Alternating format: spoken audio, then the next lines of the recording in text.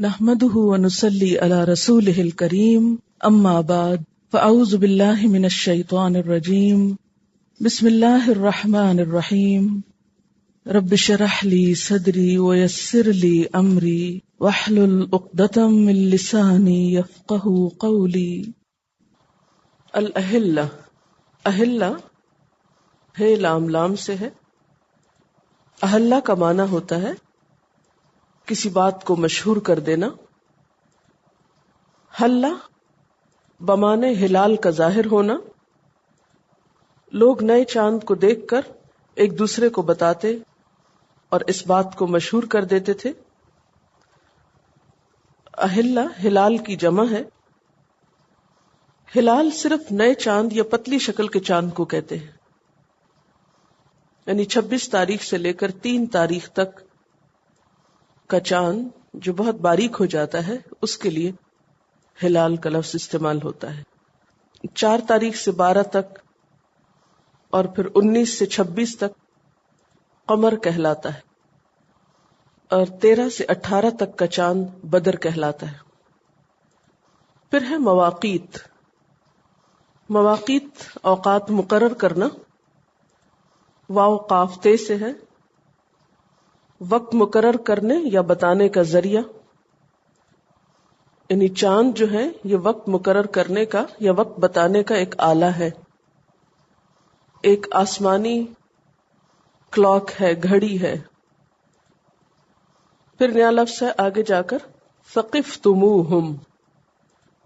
فے قاف فے، ثقفہ مقابلے کی غرض سے کسی کو سامنے پانا.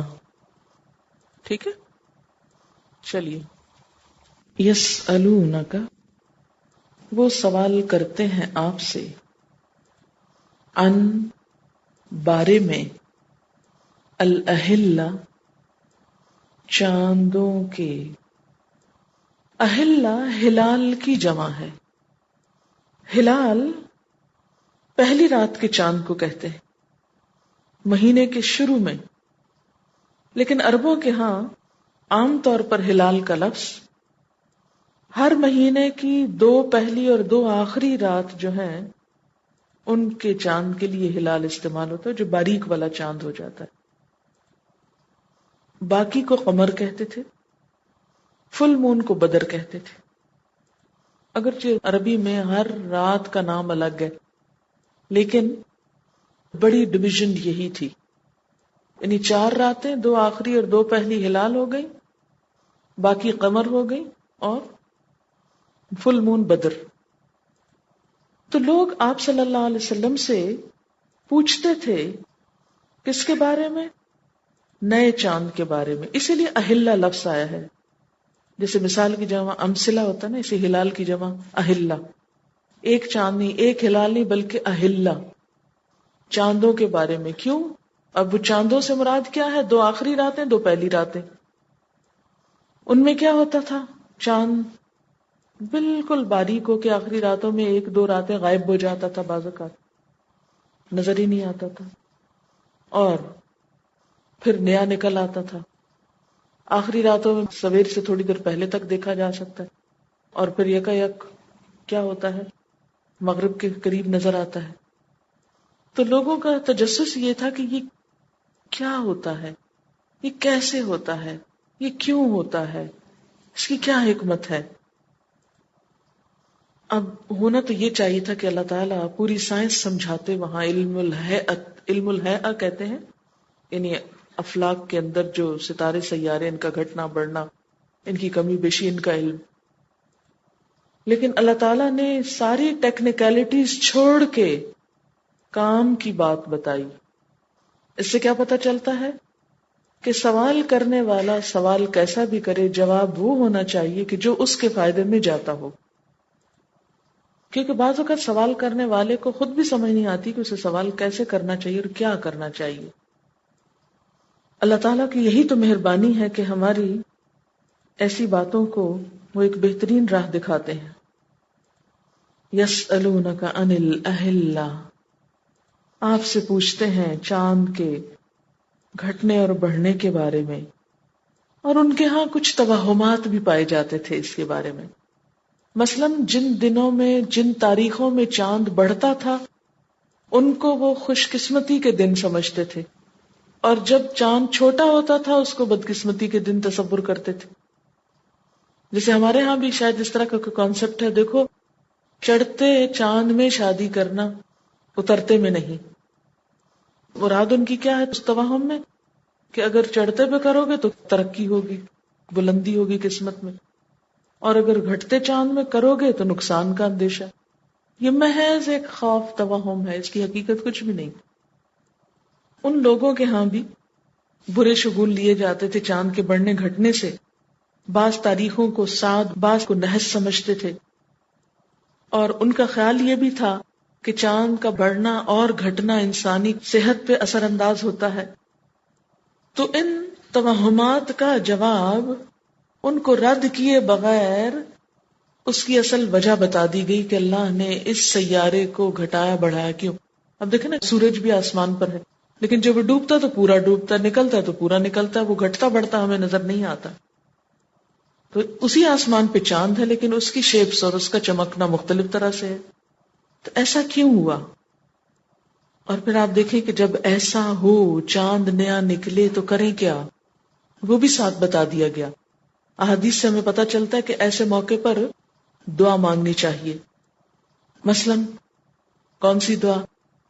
اللہم اہلہ علینا بالامن والایمان والسلامت والاسلام لما تحب وترضى یا ہلال ربی وربک اللہ.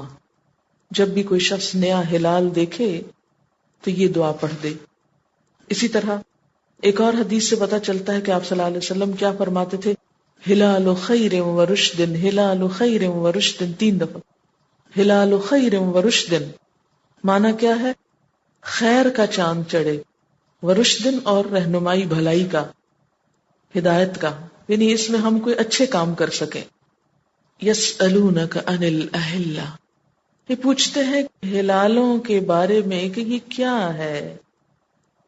فرمایا قل ہی مواقیت للناس والحج، کہہ دیجئے کہ یہ اوقات مقرر کیے گئے ہیں لوگوں کے لیے اور حج کے اوقات خاص طور پہ معلوم کرنے کے لیے. چاند کا گھٹنا اور بڑھنا لوگوں کی سہولت کے لیے، تاریخ معلوم کرنے کے لیے، وقت معلوم کرنے کے لیے، مختلف عبادات کا، معاملات کا، مثلاً عدت، رضاعت، مدت حمل، روزہ، زکوٰۃ، حج، اجارہ، ان سب کے لیے کیا ہے کہ صحیح تاریخ کا معلوم ہونا نہایت ضروری ہے. مثلا بچے کو 2 سال دودھ پلانا ہے تو انگریزی برتھ ڈے کے اعتبار سے نہیں، ہجری کیلنڈر کے اعتبار سے. عورت بیوہ ہو گئی یا طلاق ہو گئی ہے تو عدت گزارنی ہے ہجری کیلنڈر کے اعتبار سے. اسی طرح رمضان ہجری کیلنڈر کے اعتبار سے، حج ہجری کیلنڈر کے اعتبار سے. ہجری کیوں؟ کیا شمسی کا استعمال منع ہے؟ نہیں، شمسی بھی منع نہیں، کیونکہ قرآن پاک میں آتا ہے کہ فَمَحَوْنَا آیَةَ اللَّيْلِ وَجَعَلْنَا آیَةَ النَّهَارِ مُبْصِرَةً لِتَبْتَغُوا فَضْلًا مِّن رَبِّكُمْ وَلِتَعْلَمُوا عَدَدَ السِّنِينَ وَالْحِسَابَ، کہ ہم نے رات کی نشانی کو مٹا دیا اور دن کی نشانی کو روشن بنایا تاکہ تم اپنے رب کا فضل تلاش کرو اور تاکہ تم سالوں کی گنتی اور حساب کتاب رکھ سکو. تو وہاں رات کے علاوہ دن کا بھی ذکر ہے. یعنی سورج کے کیلنڈر کو اگر ہم استعمال کرتے ہیں تو اس سے مراد یہ نہیں کہ ہم کو گناہ کا کام کرے، کیونکہ سورج بھی اللہ نے پیدا کیا ہے. ہم اسے اللہ کی نشانی کے طور پر استعمال کریں، نہ کہ کسی قوم کی تقلید میں. لیکن بہرحال یہ یاد رکھیں، اگر عام اپنے دنیاوی معاملات میں آپ شمسی کیلنڈر استعمال کرتے بھی ہیں تو دینی معاملات میں آپ کو ہجری کیلنڈر ہی استعمال کرنا ہے، کیونکہ اہلہ کے ساتھ منسلک ہے مواقیت للناس، لوگوں کے اوقات. لوگوں کے لیے اوقات کیا؟ یعنی عبادات اور معاملات کے لیے اوقات. والحج، اور خاص طور پر حج کے بارے میں. کیوں؟ اس لیے کہ اگر آپ دیکھیں کہ رمضان میں کیا ہوتا ہے، پورا مہینہ ہے آپ کے پاس، اگر ضائع ہوا بھی تو 1 آدھ روزہ آگے پیچھے ہوگا نا.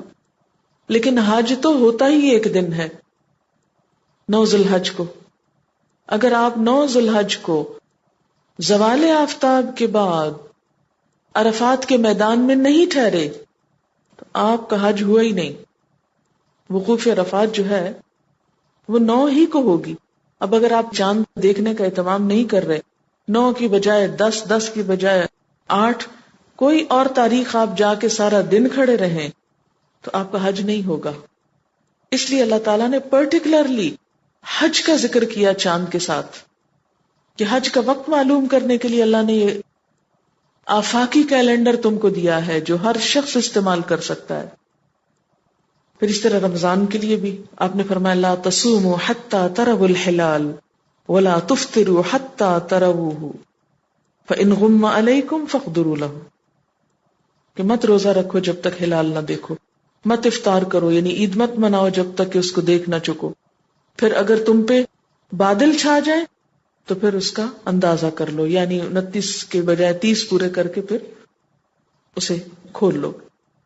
تو گویا اہلہ کیا ہے؟ قدرتی جنتری، تاریخیں بتانے کا آفاقی کیلنڈر. وَلَيْسَ الْبِرُّ، پیچھے بتایا نا کہ نیکی کیا ہے. تو یہ اگلی آیات جو ہے مختلف انداز میں نیکی کی اقسام ہی بتائی جا رہی ہیں.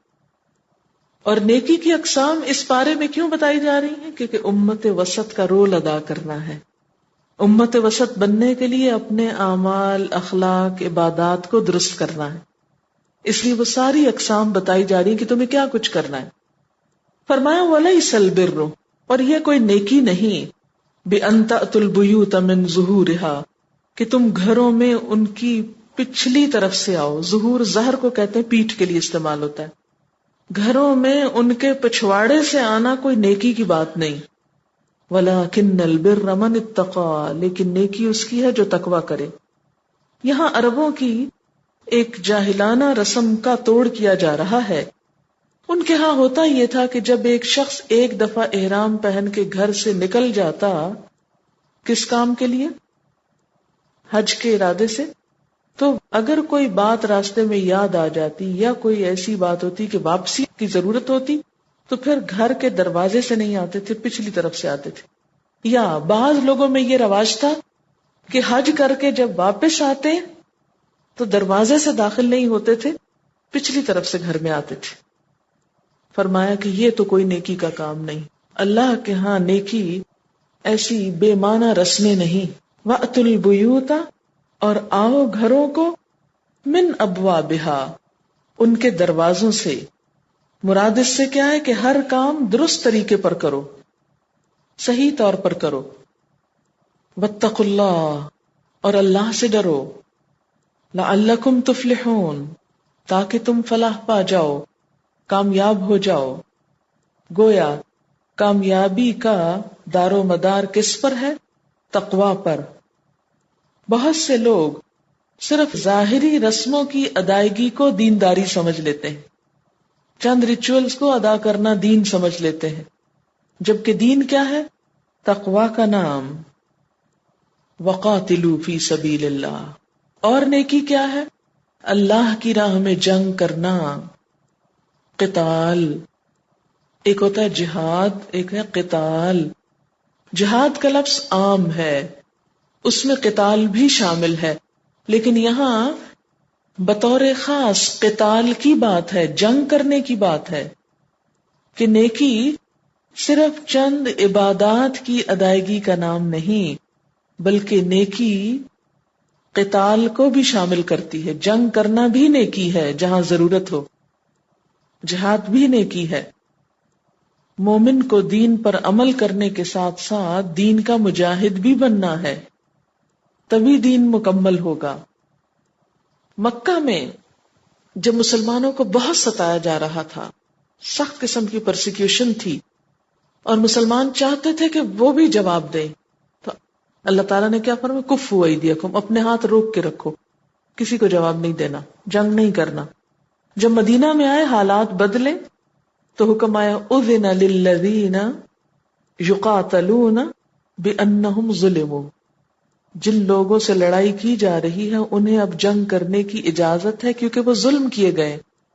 تو جس پر ظلم ہو رہا ہو اسے حق پہنچتا ہے کہ اس کا توڑ کرے، دفاع کرے. لہذا یہاں مسلمانوں کو اس آیت کے ذریعے پہلی مرتبہ جنگ کرنے کی اجازت مل گئی. وَقَاتِلُوا فِي سَبِيلِ اللَّهِ الَّذِينَ يُقَاتِلُونَكُمْ وَلَا تَعْتَدُوا. جنگ کرو اللہ کے راستے میں، یعنی جنگ کا اصل مقصد فی سبیل اللہ ہونا چاہیے، اپنی ذات یا دنیاوی مفادات نہیں، نہ مال غنیمت نہ کشور کشائی. شہادت ہے مطلوب و مقصود مومن، اور شہادت سے مراد ایک حق کی گواہی لِتَكُونُوا شُهَدَاءَ عَلَى النَّاسِ، اور دوسرے اگر دنیا سے چلا جائے تو شہید، اللہ کی رضا پانا یعنی. اور جنگ کرو اللہ کے راستے میں ان لوگوں سے جو تم سے لڑتے ہیں، یعنی ایسے ہی بیٹھے بیٹھے کسی جنون میں آ کے جنگ نہیں کرنی، بلکہ ان سے کرنی ہے کہ جو تم سے لڑ رہے ہوں، جو تم پہ ظلم ڈھا رہے ہوں. لیکن اس میں بھی کتنی خوبصورت بات کی گئی، وَلَا تَعْتَدُوا، تم زیادتی نہ کرنا کسی پہ. ظلم کرنے والے ہاتھوں کو توڑنا مقصود ہے، کسی پہ ظلم ڈھانا مقصود نہیں. کیسا اخلاق ہے جنگی جو مسلمانوں کو دیا جا رہا ہے کہ دشمن کے ساتھ بھی زیادتی نہیں. کہا یہ کہ ہم تو اپنوں کے ساتھ بھی رعایت نہیں کرتے اور طرح طرح کی زیادتیاں کرتے.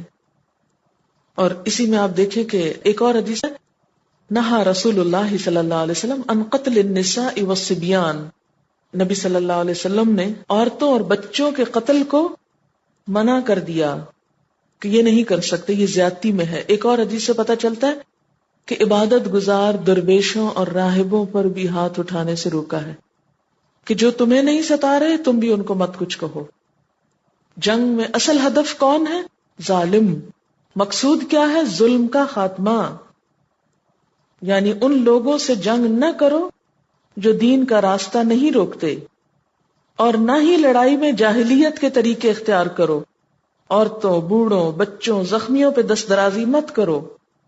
دشمن کی لاشوں کا مسئلہ نہ بناؤ، جیسے حضرت حمزہ کی لاش پر ہند نے کیا کیا تھا، ناک کان وغیرہ کاٹ ڈالے تھے. اس کو مسئلہ کرنا کہتے ہیں. اس کی اجازت نہیں ہے کیونکہ یہ انسان کی بے حرمتی ہے. اور پھر کیا جنگ کرو؟ جہاں جتنی ضرورت ہو ظلم کو کچلنے کی بس اتنی طاقت استعمال کرو.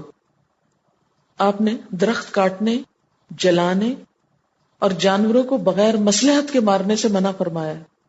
یعنی تم جنگ کرنے جا رہے دشمنوں سے اور تمہارے ہاتھ میں اسلحہ ہے تو جو بھی شکاری چیز نظر آئے تم اس کو مارتے چلے جاؤ راستے میں، ایسا نہیں کرنا.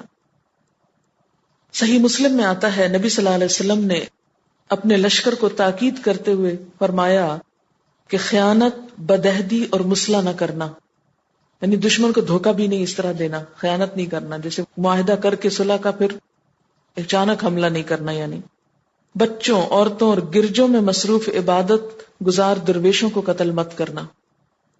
آپ دیکھیں کہ اسلام میں جہاد کو، جنگ کو کتنا بدنام کیا جاتا ہے، اور اسی لیے کچھ مسلمانوں کا رویہ بہت اپولوجیٹک ہو گیا.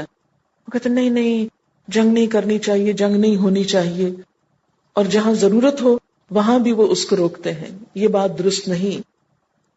اسلام میں جہاں ظلم ہو وہاں ظلم کا توڑ سکھایا گیا، لیکن کس سے روکا گیا؟ زیادتی کرنے سے روکا گیا کہ اللہ کو یہ پسند نہیں، کیونکہ وہ بھی تو اللہ کی مخلوق ہے نا، صرف ہم ہی تو نہیں.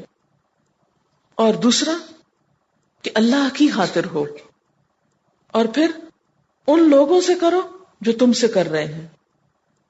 وَلَا تَعْتَدُوا إِنَّ اللَّهَ لَا يُحِبُّ الْمُعْتَدِينَ، کیونکہ اللہ حد سے بڑھنے والوں سے محبت نہیں رکھتا، خواہ وہ مسلمان ہی کیوں نہ ہو. حد سے بڑھنے والے اللہ کے محبوب نہیں ہوتے. یہ اگرچہ جنگ کے معاملات میں، لیکن ہم ذرا اپنی عام روزمرہ زندگی میں بھی دیکھیں. عموماً معاملات میں، عام رویوں میں ہم کیا کرتے ہیں؟ اگر کسی نے ہمیں ایک چھوٹی سی بات کہہ دی تو جواباً ہم ایسی ایسی باتیں اس کو سناتے ہیں کہ جو حد سے بڑھی ہوئی ہوتی. جیسے شوہر ہی کے ساتھ معاملہ کرتے ہوئے کہ جب تک ایک کی دو نہ سنائے ہم کہتے ہیں کہ نہیں ہمارا دل ٹھنڈا ہی نہیں ہوا. اور یہی سچویشن معاشرے میں عام طور پر نظر آتی ہے. یہ مجموعی طور پر اسلامی روح کے خلاف ہے. اسلام پیس ہے، امن ہے. جب دلوں میں پیس نہیں ہوتا نا تو اس قسم کے ری ایکشنز ہوتے ہیں. جب اسلام کی صحیح روح اجاگر نہیں ہوتی تو عموماً کیا ہوتا ہے کہ کسی کی چھوٹی سی بات پہ فلیئر اپ ہو کے غصے میں آ کے اس سے بڑی بات سنا جانا، یا اس بات کو غلط رنگ دے دینا، یا جو کسی نے نہ کہا ہو وہ بھی اس کے ذمہ لگا دینا. عموماً اس قسم کی ناانصافیاں کرتے رہتے ہیں. تو یاد رکھیں جہاں بھی کریں گے پھر اللہ کی محبت کے سٹینڈرڈ سے نیچے آ جائیں گے. کیا ہم نہیں چاہتے اللہ ہم سے محبت کرے؟ اگر ہم اللہ کے محبوب بندوں میں شامل ہونا چاہتے ہیں تو ہمیں زیادتیوں سے ہاتھ روکنا ہوگا، زیادتیوں سے ہاتھ کھینچنا ہوگا. ہر طرح کی، نہ صرف یہ کہ جنگ، آپ دیکھیں کہ ہمیں جنگ میں زیادتی سے روکا جا رہا ہے جو دشمن کے ساتھ ہے. کہاں؟ اپنے انما المؤمنون اخوہ، مومن تو آپس میں بھائی بھائی ہیں، ان پہ زیادتی کا تو کوئی جواز ہی نہیں نکلتا. لیکن ہمارے ہاں تو زیادتی کے بغیر گزارا ہی نہیں. وَاقْتُلُوهُمْ، اور قتل کرو ان کو، حَيْثُ ثَقِفْتُمُوهُمْ، جہاں کہیں پاؤ تم ان کو، یعنی جہاں ان کو قتل کرنے کی قدرت تمہیں حاصل ہو جائے وہیں ان کو قتل کر لو. وَأَخْرِجُوهُمْ، اور نکالو ان کو، مِنْ حَيْثُ أَخْرَجُوكُمْ، جہاں سے انہوں نے تم کو نکالا ہے. یہ اشارہ ہے مکہ کی طرف. مکہ سے دشمنوں نے کیا کیا تھا؟ مسلمانوں کو نکالا تھا. ایک تو وہ ہجرت کے موقع پر، اگرچہ اللہ کا حکم آیا تھا تو آپ نکلے تھے، لیکن پیچھے تو ظلم کفار ہی کا تھا، تبھی تو ان کے ظلم کی وجہ سے ہی تو مسلمانوں نے چھوڑا تھا. ہجرت ہوئی کیوں؟ اس لیے ہوئی کہ ظلم ہو رہا تھا، تو وہ نکال دینا چاہتے تھے یا ختم کر دیتے.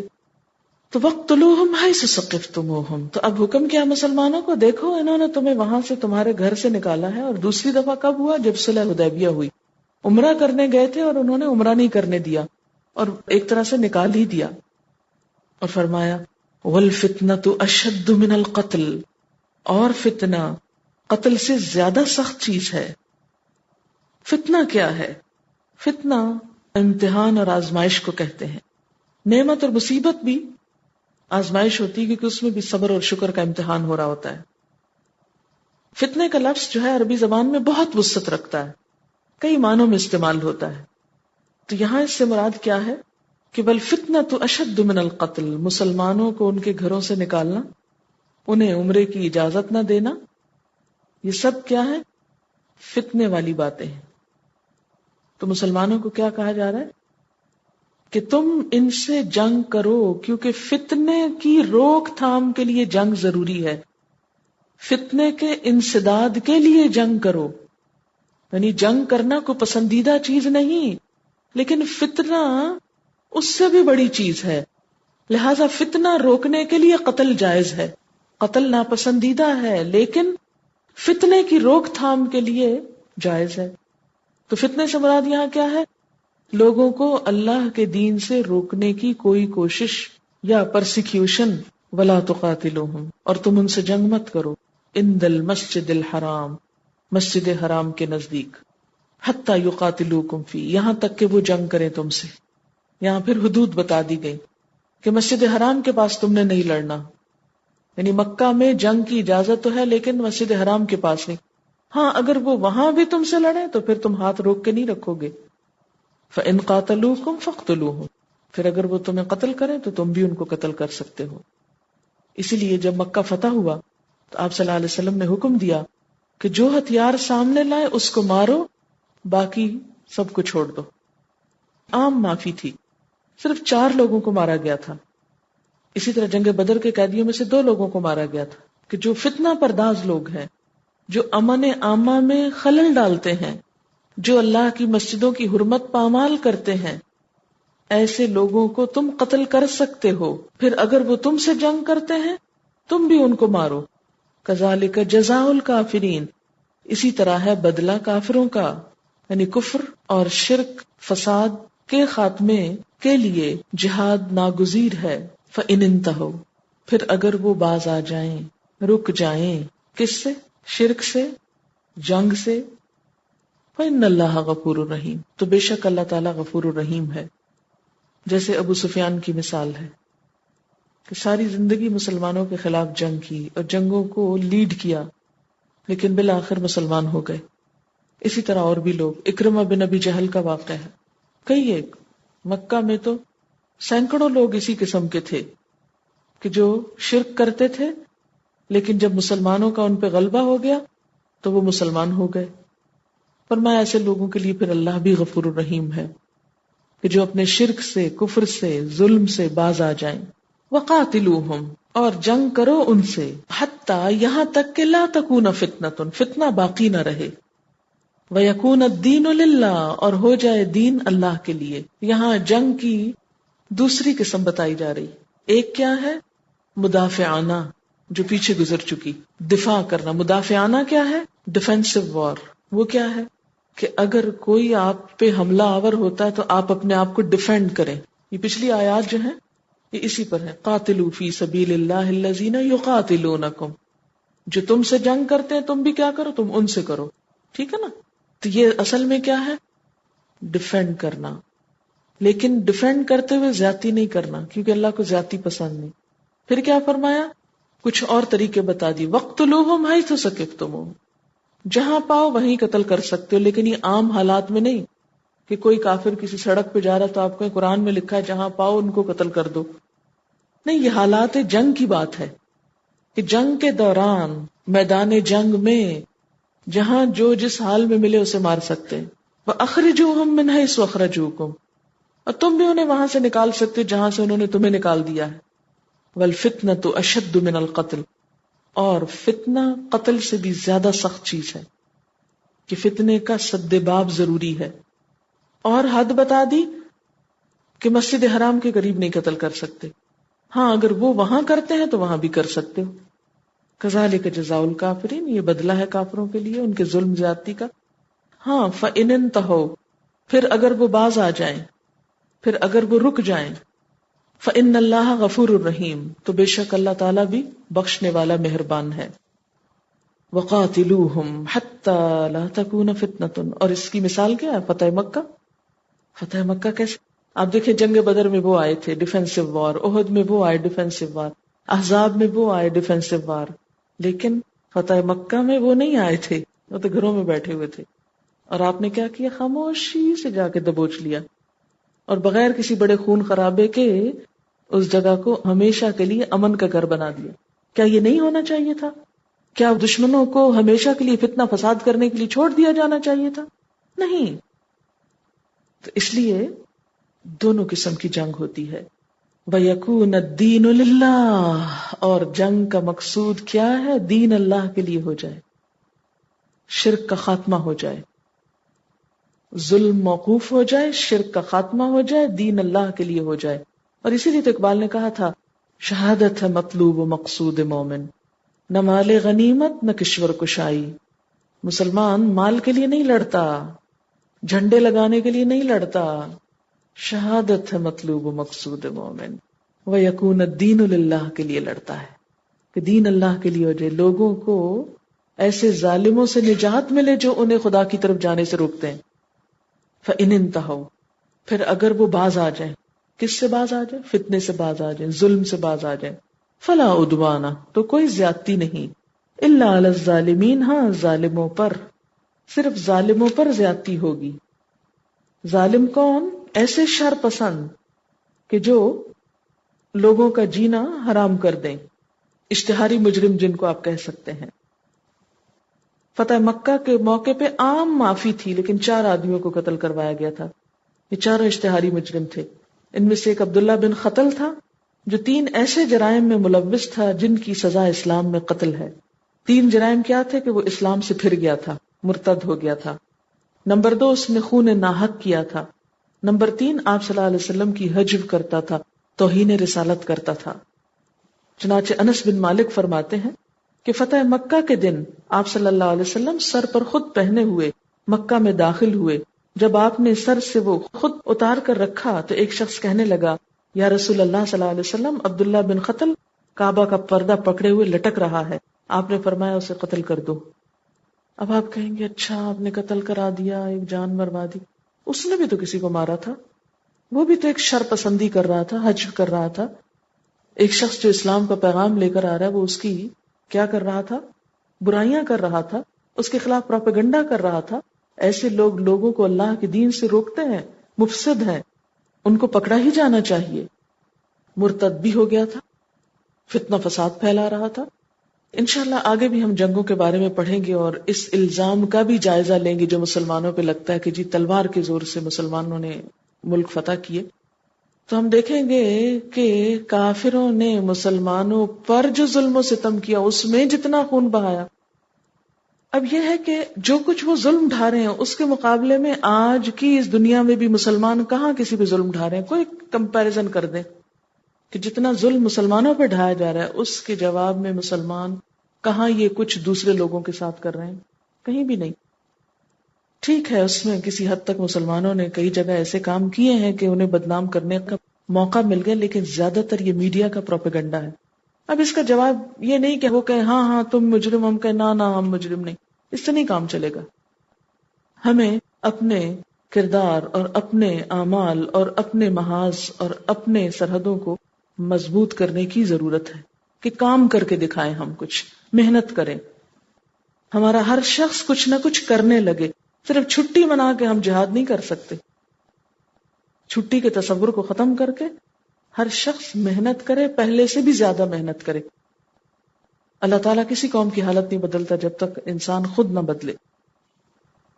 آپ دیکھیں کہ یہاں آپ نے جنگوں کی دو قسمیں پڑھی ہیں، ایک ڈیفینسو وار اور ایک اقدامی، اوفینسو کہہ سکتے ہیں۔ اس میں آپ دیکھیں کہ آج کے مسلمان ظلم و ستم کا شکار ہیں، لیکن اس کے لیے کچھ بھی کر سکتے کتنے خطرات ہیں آج امت مسلمہ پر، لیکن ہم کیا کر سکتے ہیں؟ کیا تدبیر آتی ہے آپ کے ذہن میں؟ ہمارے ساتھ ایسا کیوں ہو رہا ہے؟ بنیادی وجہ یہ ہے کہ مسلمانوں میں اتحاد نہیں ہے، مسلمانوں میں آپس میں اتفاق نہیں ہے، آپس میں ایک دوسرے کا احترام نہیں ہے۔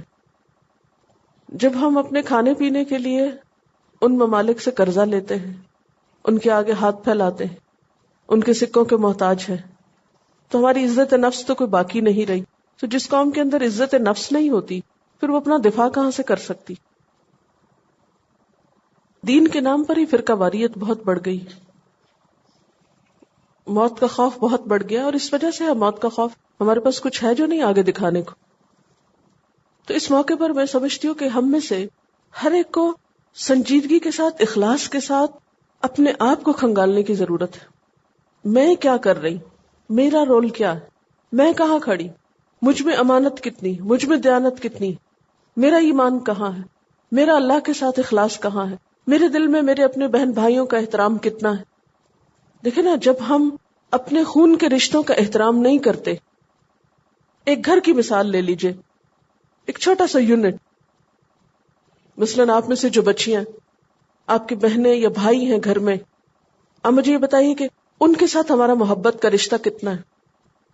بڑے ہونے کے بعد، شادی کے بعد آپس میں بہن بھائیوں کے تعلقات کیسے ہیں؟ آپ اپنے پیرنٹس کو دیکھ لیجئے، ان کے اپنے بہن بھائیوں کے ساتھ تعلقات کیسے ہیں؟ کیا ایسے ہی ہونے چاہیے؟ کس قدر غلط فہمیاں، کس قدر آپس کے اندر نفرتیں، عداوتیں، جھگڑے، فساد۔ جب ہمیں اپنی ذات کے سوا کوئی نظر ہی نہیں آتا، جب ہم سیکریفائس ہی نہیں کر سکتے، جب ہم دوسرے کا احترام ہی نہیں کر سکتے، دوسرے کو اپنے مال میں سے کچھ دے نہیں سکتے، کیوں اللہ تعالیٰ نے پہلے فرمایا آت ذی القربی حقہ، اور رشتہ داروں کو مال دو؟ کس لیے فرمایا؟ تاکہ عداوتیں کم ہوں، نفرتیں کم ہوں، جھگڑے کم ہوں۔ کیوں رشتہ داروں کو دینے کا دگنا ثواب بتایا؟ کیونکہ چھوٹا سرکل مضبوط ہوگا نا، یہاں آپس کی محبت اور پیار ہوگا، اندر کا یونٹ مضبوط ہوگا تو باہر کے دشمنوں سے انسان مقابلہ کر سکتا ہے۔ پھر اس کے بعد آپ دیکھیں کہ ایک ایک یونٹ کے بعد ایک معاشرہ بنتا ہے نا باہم، ہمارا ہمسایوں کے ساتھ تعلق کیسا ہے، پھر ایک شہر کے رہنے والوں کا آپس میں تعلق کیسا ہے، کس قدر جھگڑے فساد ہیں. کیوں؟ اس لیے کہ پھر ہمیں اپنا آپ نظر آتا ہے نا. جو میری ذات ہے، جو میرا رنگ ہے، جو میری زبان ہے، مجھے بس اس زبان والوں سے پیار ہے، یا اس رنگ والوں سے پیار ہے، یا اس کلچر والوں سے پیار ہے. تو کیا مومن کی محبت کا معیار زبان ہوتی ہے، رنگ ہوتا ہے، نسل ہوتی ہے، کلچر ہوتا ہے؟ مومن کس کی خاطر محبت کرتا ہے؟ اللہ کی خاطر. حدیث پاک میں آتا ہے من احب للہ و ابغض للہ و آتا للہ و منع للہ فقد استکمل الایمان. جس نے اللہ کی خاطر محبت کی، اللہ کی خاطر بغض رکھا، اللہ کی خاطر کسی کو دیا، اللہ کی خاطر روکا، اس نے اپنا ایمان مکمل کیا. تو جب ہماری محبتوں کی بنیاد ہماری برادری ہو، ہمارا خاندان ہو، ہماری زبان ہو، ہمارا رنگ اور نسل ہو، ہمارا شہر ہو، تو ان لوگوں میں آپس میں احترام اور آپس میں مضبوطی کیسے آ سکتی؟ جب ہر شخص دوسرے کو کاٹنے کو تیار ہو، ہر شخص دوسرے کو حقیر سمجھتا ہو. نبی صلی اللہ علیہ وسلم نے کیا فرمایا تھا؟ المؤمن اخو المؤمن لا یظلمہ ولا یسلمہ ولا یخذلہ. مومن مومن کا بھائی ہے، نہ وہ اسے رسوا کرتا ہے، نہ وہ اسے تنہا چھوڑتا ہے، نہ اس پہ ظلم کرتا ہے. تو جب ہم ہی چھوٹی چھوٹی باتوں پر ایک دوسرے کو لیٹ ڈاؤن کرتے ہیں، حقیر سمجھتے ہیں، فلاں یہ زبان بولتا ہے، اس کے اندر تو کوئی خیر نہیں، فلاں اس خاندان سے، اس میں کوئی بھلائی نہیں ہوگی. خیر اور بھلائی کے خود ساختہ معیار ہم نے قائم کر رکھے.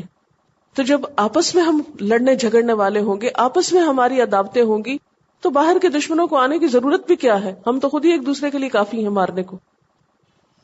تو ہمیں سب سے پہلے تو اپنی ذات سے شروع کرنا ہے. اپنے دل سے سب کی نفرت، عداوت، بغض، حسد سب نکال پھینکنا ہے، کیونکہ یہ کباڑ خانہ بن چکا ہے. یعنی جس دل میں یہ سب ویسٹ چیزیں ہیں، ردی کباڑ خانہ جمع کیا ہوا، نفرتیں، عداوتیں، حسد، بغض، یہ بالکل ایسے جیسے کوڑے کا ڈھیر ہوتا ہے نا. آپ سڑک سے گزرتے ہیں، کسی کنارے پر آپ کو کوڑے کے ڈھیر نظر آتے ہیں، اس میں کچرا مختلف طرح کا پڑا ہوا نظر آتا ہے. ہم نے اپنے دلوں کو کچرا خانہ بنا رکھا ہے، اس میں گندی چیزیں بھر رکھی ہیں. ان کو باہر نکالیں گے، ان کو دھوئیں گے، ان کو صاف کریں گے، ان کو چمکائیں گے، ان کو خوشبو والا بنائیں گے، ان کو نور والا بنائیں گے. اس میں اللہ کی محبت ڈالیں گے، رسول کی محبت ڈالیں گے، قرآن کی محبت ڈالیں گے، انسان کی محبت ڈالیں گے، مسلمان کا احترام ڈالیں گے. تو جب ہم ایک اچھے انسان اور ایک مضبوط انسان بنیں گے، تو اگر ہم دنیا میں کوئی بہت بڑا چینج نہیں لا سکتے، اگر ہم روتے دھوتے بھی رہیں گے تو کوئی بہت بڑا ڈفرنس نہیں کر رہے پیدا. یعنی ہمارا کسی کے ساتھ ہمدردی کرنا یہ نہیں ہے کہ ہم ان کی خاطر رو لیں یا آہیں بھر لیں اور ہم سمجھے کہ ہم بہت نیک ہو گئے. ہمیں کچھ کرنا ہے، اور کرنے کی ابتدا اپنی ذات سے، اپنے گھر سے، اپنے ماحول سے، اپنے خاندان سے، اپنی برادری سے. رشتہ داروں کو جوڑیے، ناراض لوگوں کے گھر جائیے، ان کو منائیے. وہ اگر آپ سے برا کرتے بھی ہیں تو آپ ان کے ساتھ اچھا کیجیے. انہوں نے آپ پہ زیادتی کی، فی سبیل اللہ اس کو معاف کر دیجیے. وہ آپ کی کسی خوشی میں شریک نہیں ہوئے، آپ ان کی خوشی میں شریک ہوئیے. انہوں نے غم کے موقع پر آپ کا ساتھ نہیں دیا، دکھ میں آپ کے کام نہیں آئے، آپ ان کے کام آئیے. اور ان سب چیزوں کا اجر اللہ کے پاس ہے. ہم بکروں کو تو قربان کر لیتے ہیں، ان کے گلے پہ تو چھری پھیر لیتے ہیں، لیکن اپنے برے جذبات کو قربان نہیں کر سکتے، اپنے اندر کے بتوں کے اوپر چھری نہیں پھیر سکتے، اپنی حسد نفرت ختم نہیں کر سکتے. کیا ایمان ہے ہمارا؟ تو اس لیے ہمیں خود سے ابتدا کرنی، اپنے سے شروع کرنا ہے. اللہ تعالیٰ کا وعدہ ہے، اور تاریخ میں ایسا ہوا ہے کہ جب اہل ایمان کے اندر واقعی سچا ایمان پیدا ہوا ہے تو ایک ایک جو ہے وہ کئی 100 پہ بھاری ہوا. پھر خود بخود معاشرے میں چینج آتا گیا ہے.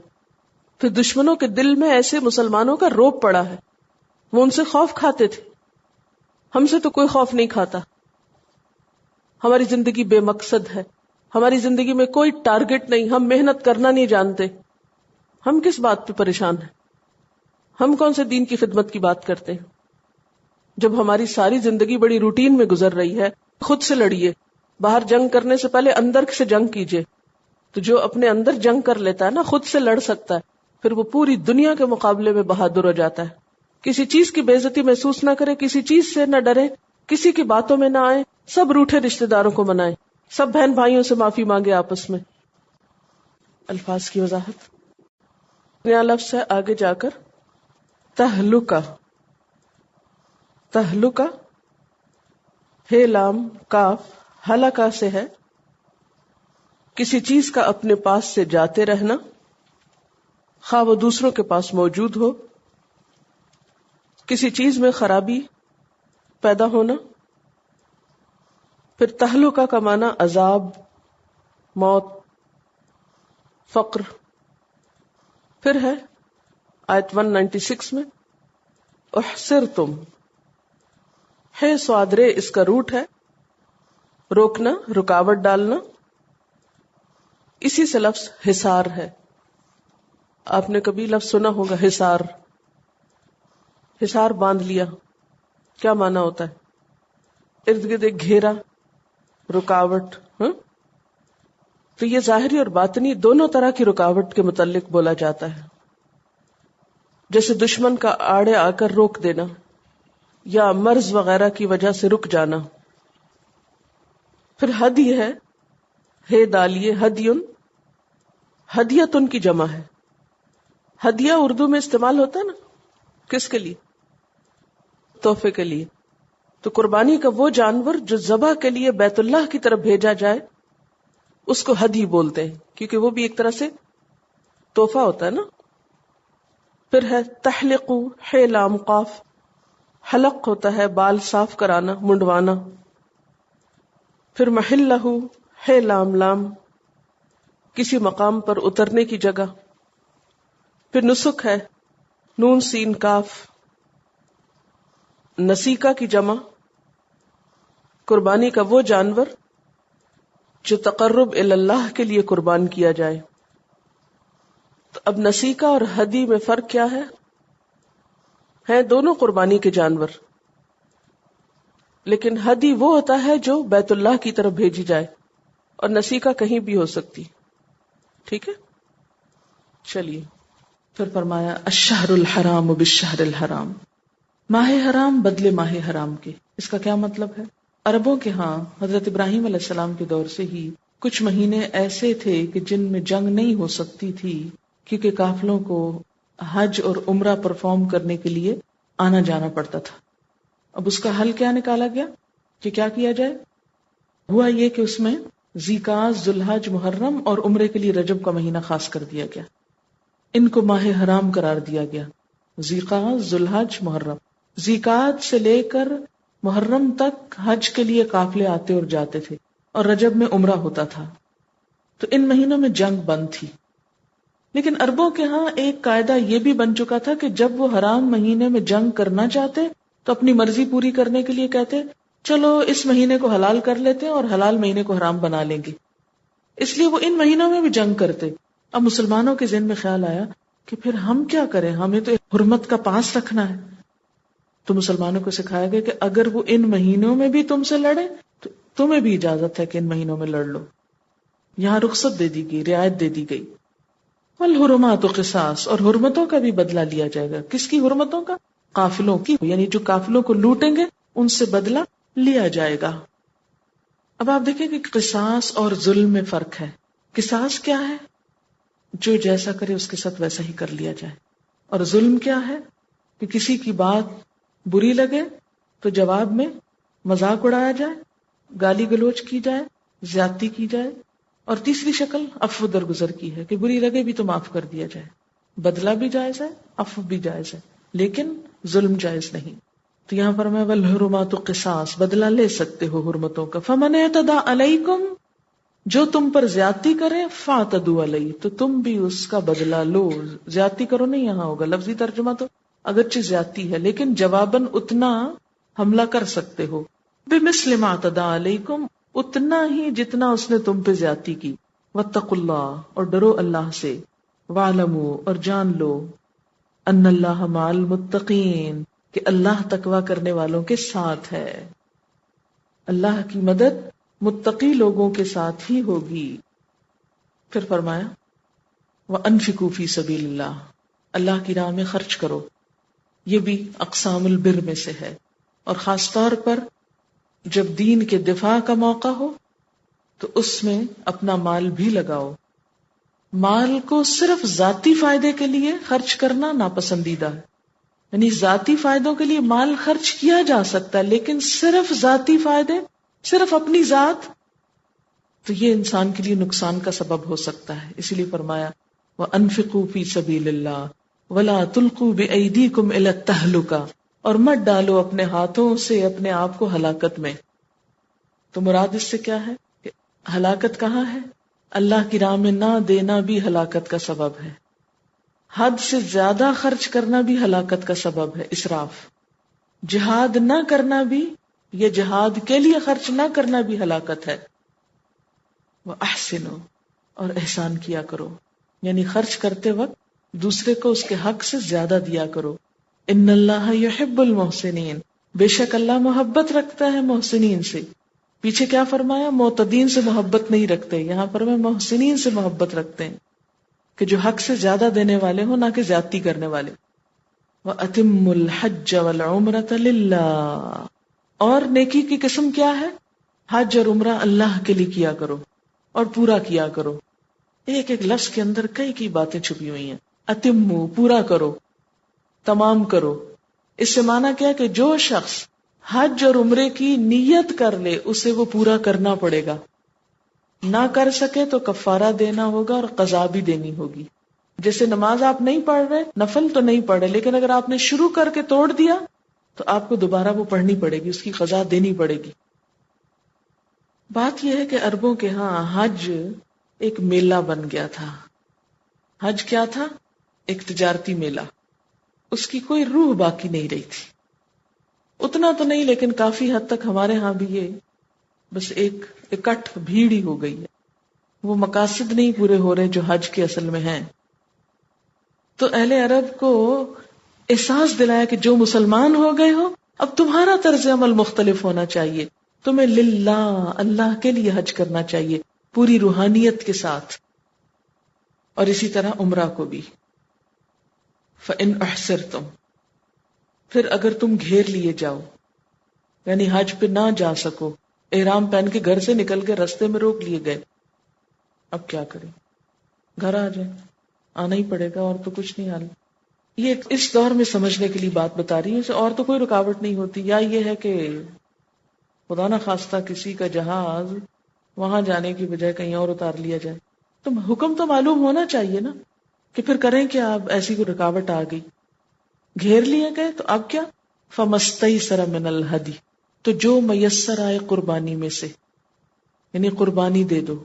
ہدی کہتے ہیں قربانی کو، ایک جانور جیسے بکرا وغیرہ یا بڑے جانور کا 7واں حصہ. اب دیکھیں کہ حج تو فرض ہوتا ہے لیکن عمرہ تو فرض نہیں ہوتا، تو پھر کیا کریں؟ اگر نیت کر لیں تو وہ بھی فرض ہو جاتا ہے. جیسے نفل نماز نیت کر لیں تو فرض ہوگی کہ اسے پوری کی جائے.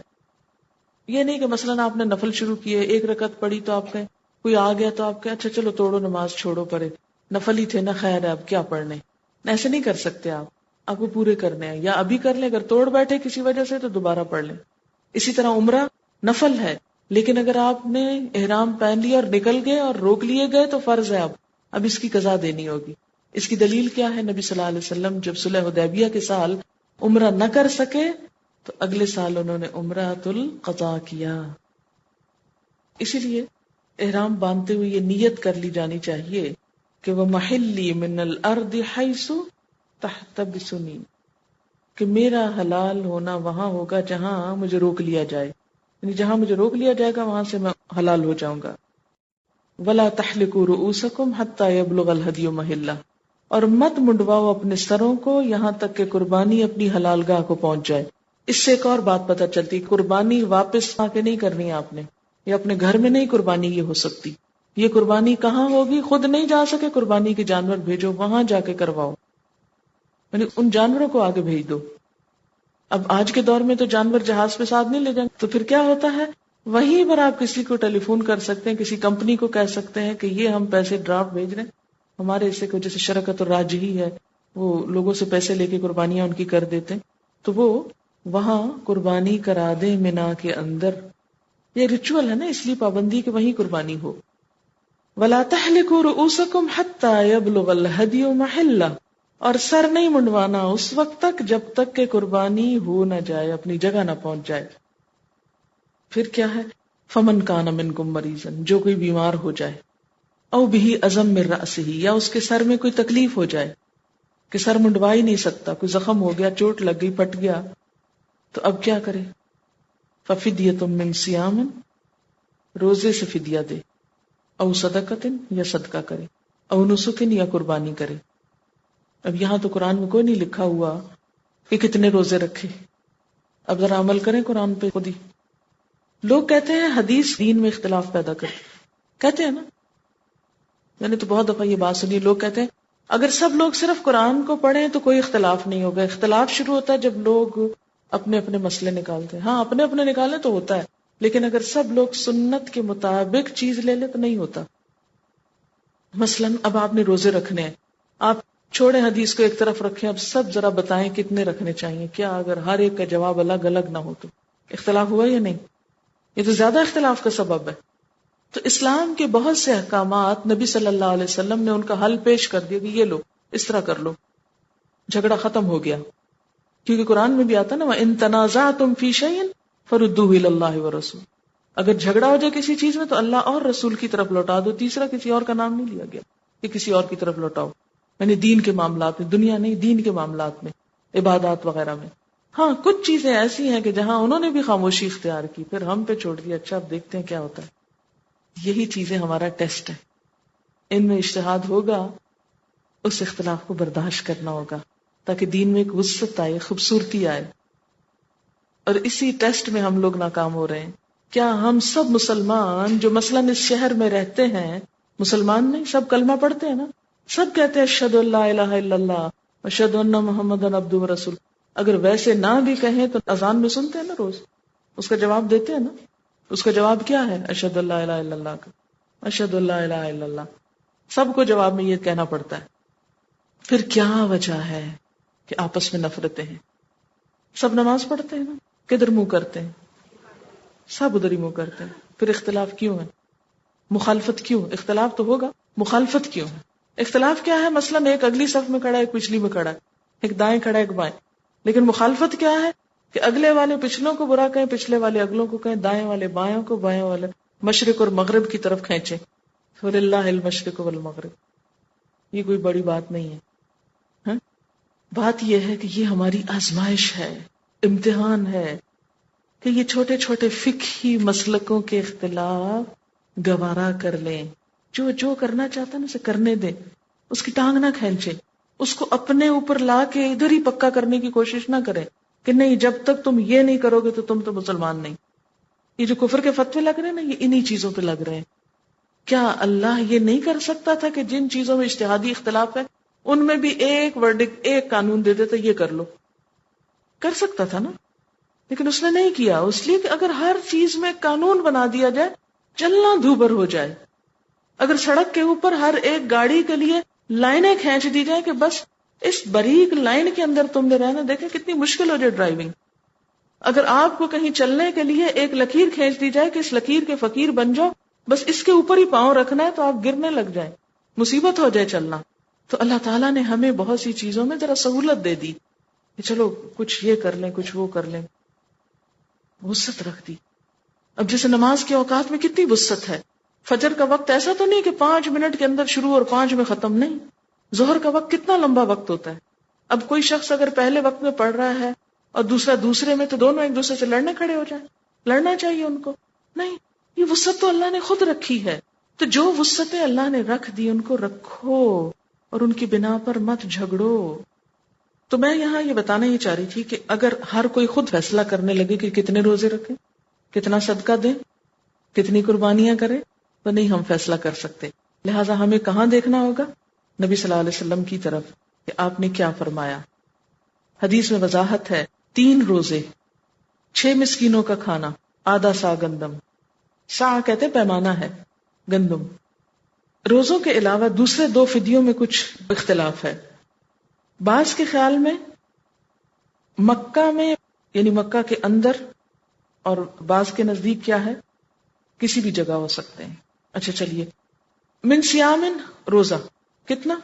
3، صدقہ نصف سا گندم، نسک قربانی، یعنی ایک جانور قربان کرنا، اس میں ایک بکری کا حکم ہے۔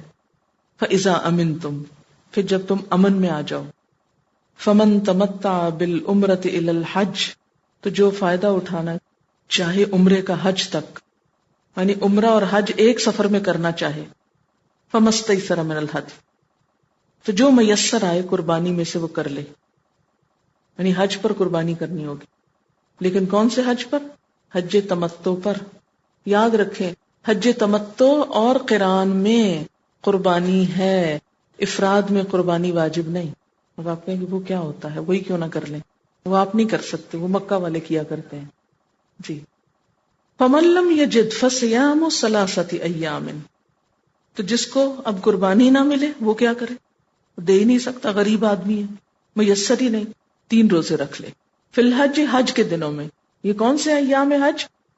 یعنی پہلی ذی الحج سے لے کر 9 تک۔ وَسَبْعَةٍ إِذَا رَجَعْتُمْ، اور 7 جب تم واپس گھر آ جاؤ، اپنے ملک آ جاؤ۔ تِلْکَ عَشَرَةٌ کاملہ، یہ 10 مکمل ہوئے۔ ذالک، یہ حکم، لمن، واسطے اس کے ہے جو لم نہ یکن ہو اہلہ، اس کے گھر والے، حاضر المسجد الحرام، مسجد حرام کے قریب۔ جن لوگوں کا گھر مسجد حرام یعنی مکہ میں نہ ہو، یہ حکم ان کے لیے ہے۔ جو مکہ میں ہو وہ کیا کر سکتے ہیں؟ ان کے لیے خالی حج ہے، قربانی نہیں ہے۔ وہ قربانی تو صاحب حیثیت ہی دے گا نا، لیکن جو یہاں سے حج کرنے کو جائے گا اسے قربانی کا بھی ساتھ انتظام کرنا ہوگا۔ واتقوا اللہ، پھر فرمایا اللہ سے ڈرو۔ ہر حکم کے آخر میں واتقوا اللہ ہے، کتنا دہرایا تقویٰ۔ وَاعْلَمُوا، اور جان لو، علم حاصل کرو۔ کس بات کا علم؟ کہ ان اللہ شدید العقاب، اللہ سخت بدلہ لینے والا ہے، سخت سزا دینے والا ہے، کہ حج کے احکام کی خلاف ورزی اگر کی تو ثواب کی بجائے عذاب ہوگا۔ وآخر دعوانا ان الحمد للہ رب العالمین۔ سبحانک اللہم وبحمدک، نشہد ان لا الہ الا انت، نستغفرک ونتوب الیک۔ والسلام